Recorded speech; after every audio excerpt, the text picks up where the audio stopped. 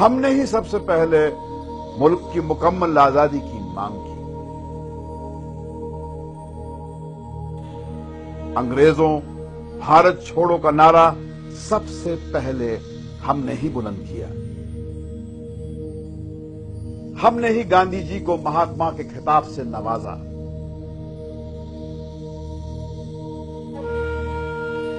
ہم نے ہی ہندو مسلمان ایکتا اور بھائی چارے کی نیو ڈالی۔